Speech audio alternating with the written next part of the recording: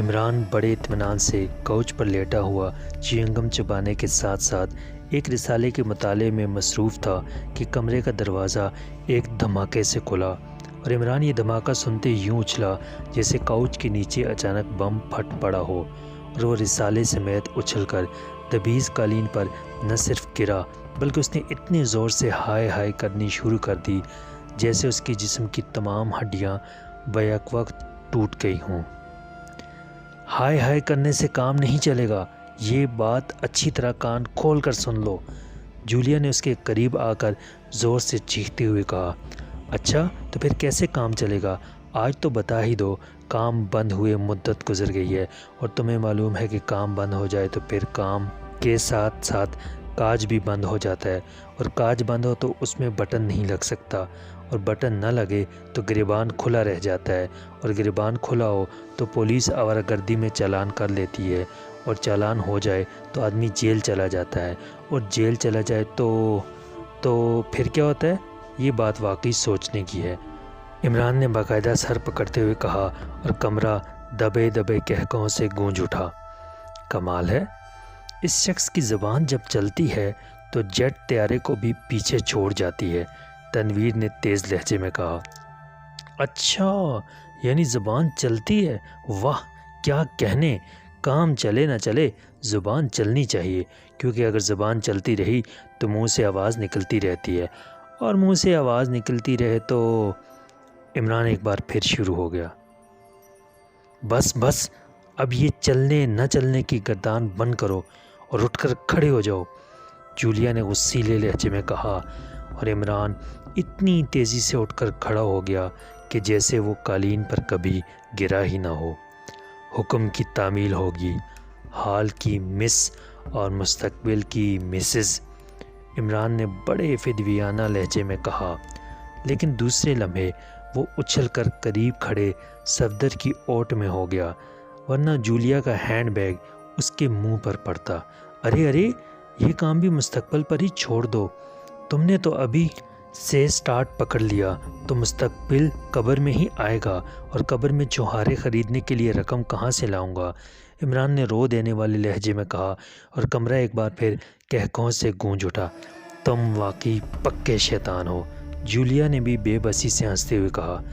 پکا کہاں ہوں، پکا تو تنویر ہے، دیکھو اس کا رنگ پک کر کتنا لال ہو رہا ہے، ہاتھ مار کر دیکھو تو کھنکے گا بھی، عمران نے کہا، اور قہقہے ایک بار پھر گونج اٹھے۔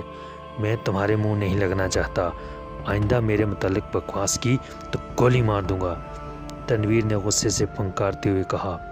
پلیز تنویر اب رنگ میں بھنگ نہ ڈالو۔ ہاں تو عمران صاحب، کیس تو ختم ہو چکا ہے اور واپسی کی ٹکٹیں کل کی بنی ہیں، اس لیے آج رات جشن منایا جائے گا، بھرپور جشن، اور ہم یہاں اس لیے آئے ہیں کہ اس جشن کے میزبان تم ہوگے، صفدر نے بات کا رخ بدلتے ہوئے کہا۔ میزبان یعنی میں میز چلاؤں گا؟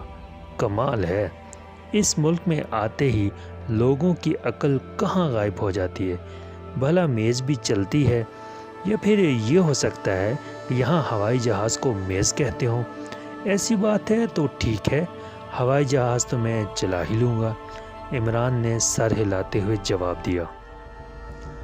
یہ میزبان کا مطلب میز چلانا کہاں سے نکل آیا؟ صفدر نے ہنستے ہوئے کہا۔ کیوں نہیں نکل سکتا؟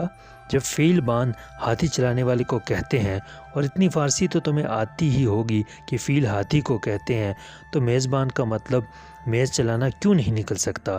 عمران نے بڑی معصومیت سے جواب دیا، اور صفدر کا قہقہہ ایک بار پھر گونج اٹھا۔ بہت خوب، اسے کہتے ہیں زبان دانی، صفدر نے ہنستے ہوئے کہا۔ سوری، میں مرد ہوں، تم اب اپنی آنکھیں ٹیسٹ کراؤ، بات جولیا سے کر رہے ہو اور منہ میری طرف کر لیتے ہو، عمران نے بڑے سنجیدہ لہجے میں کہا۔ اب یہ عورت مرد کا چکر کہاں سے نکل آیا؟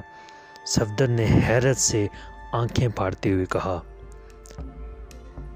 زبان دانی تو مؤنث ہے، اور عورت کو مؤنث ہی کہتے ہیں یار، اگر تمہاری عقل کا یہی حال رہا تو مطلب بتاتے بتاتے تم سے زیادہ عقل مند میں ہو جاؤں گا، عمران نے باقاعدہ سر پکڑتے ہوئے کہا۔ سنو، اب زیادہ چکر بازی کی ضرورت نہیں، چلو ہمارے ساتھ۔ تنویر نے فیصلہ کر لیا ہے، آج ہوٹل برگنزا میں اسپیشل شو ہے اور ہم نے یہ اسپیشل شو دیکھنا ہے اور آج ہی دیکھنا ہے۔ جولیا نے آگے بڑھ کر عمران کو بازو سے پکڑ کر دروازے کی طرف گھسیٹتے ہوئے کہا، یہ اسپیشل شو مفت دکھایا جائے گا۔ واہ، واقعی بڑا امیر ملک ہے یہ کارٹ لینڈ، چلو دیکھ ہی لیتے ہیں۔ کیا یاد کریں گے یہ کارٹ لینڈ والے کہ انہوں نے مفت شو دکھایا اور ہم دیکھنے ہی نہ گئے۔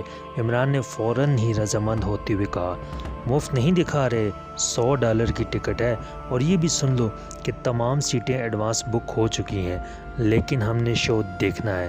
جولیا نے ہنستے ہوئے کہا، $100 کی ٹکٹ؟ ارے باپ رے، $100! میرے پاس تو $1 بھی نہیں ہے، تم $100 کی بات کر رہی ہو؟ کم پر گزارا نہیں ہو سکتا؟ دیکھو، سگڑ بیویاں ہر حالت میں اپنے شوہروں کا ساتھ دیتی ہیں، عمران نے بچکارتے ہوئے کہا۔ بکواس بند کرو، ہم کچھ نہیں جانتے، ہم نے شو دیکھنا ہے، چاہے تم اس پر $1000 خرچ کرو یا مفت دکھاؤ، ہمیں اس سے کوئی مطلب نہیں، جولیا نے منہ بناتے ہوئے کہا۔ دیکھ لیجیے عمران صاحب، جولیا کی فرمائش ہے، صفدر نے مسکراتے ہوئے کہا۔ جولیا کو دیکھنے سے فرصت ملے تو فرمائش بھی دیکھوں، چلو ایسا کر لیتے ہیں، میں جولیا کو دیکھتا ہوں، تم فرمائش دیکھنا شروع کر دو، عمران نے کہا اور آنکھیں پھاڑ پھاڑ کر جولیا کو دیکھنا شروع کر دیا۔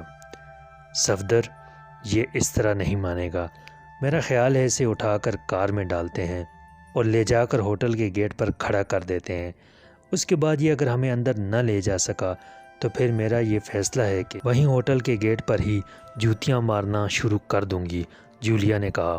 واہ، اسے کہتے ہیں جدیدیت، پہلے مرد عورتوں کو اٹھا کر لے جاتے تھے، اب عورتیں مردوں کو اٹھا کر لے جاتی ہیں۔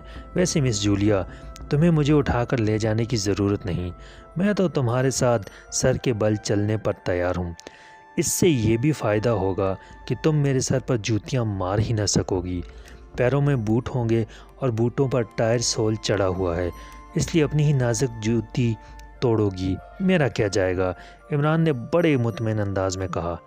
دیکھا، میں نہ کہتا تھا کہ عمران کچھ نہیں کر سکتا، یہ بس باتیں ہی کرنا جانتا ہے، مجھے اجازت دو، میں تو جا کر شو دیکھوں، میں کسی نہ کسی طرح ٹکٹ حاصل کر ہی لوں گا، تنویر نے بڑے طنزیہ لہجے میں کہا۔ لو بھائی، مسئلہ ہی حل ہو گیا، چلو سب چلتے ہیں۔ واہ، جہاں تنویر جیسا سپر مین موجود ہو وہاں ٹکٹیں حاصل کرنا کون سا مشکل کام ہے، عمران نے بڑے پرخلوص لہجے میں کہا۔ سنو عمران، آخری بار کہہ رہی ہوں کہ ہم نے شو دیکھنا ہے اور تم نے دکھانا ہے، اگر اب بھی تم نے مذاق میں ڈالا تو میں کمرے کی کھڑکی سے نیچے سڑک پر کود کر خودکشی کر لوں گی، جولیا نے ایک اور انداز اختیار کرتے ہوئے کہا۔